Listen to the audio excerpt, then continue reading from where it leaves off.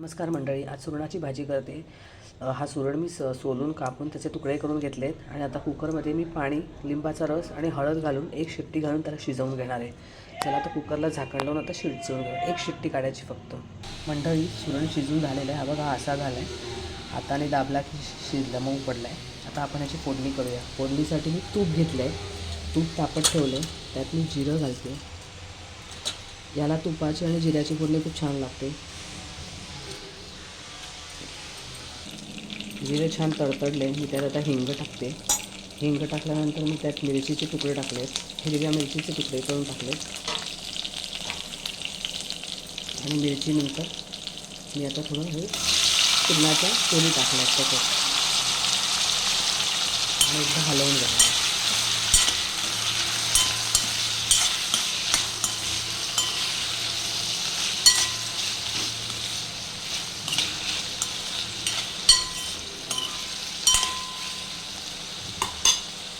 आता हे छान हलवून झालं आहे। आता मी ह्याच्यावर थोडासा नारळाचा किस टाकणार आहे। आपले सुरण ऑलरेडी शिजलेले असल्यामुळे त्याला परत काही शिजवायची गरज नाही। थोडा नारळाचा किस टाकून थोडा वेळ हलवून घेणार आहे।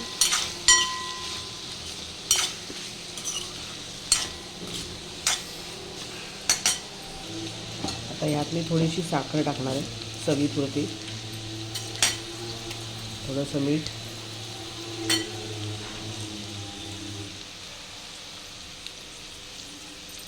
आणि परत एकदा छान हलवून घेणार आहे।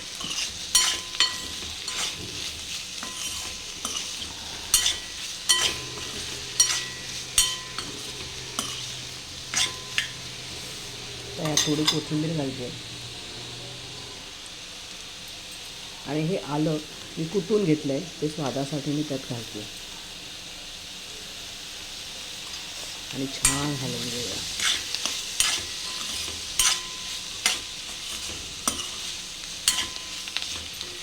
मंडळी, आपली ही सुरणाची भाजी पूर्णपणे तयार झाली आहे। तुम्ही पण करून बघा आणि मला कमेंट्समध्ये नक्की कळवा की तुम्हाला ही भाजी कशी वाटली। चॅनलला माझा लाईक आणि सबस्क्राईब करा। थँक्यू।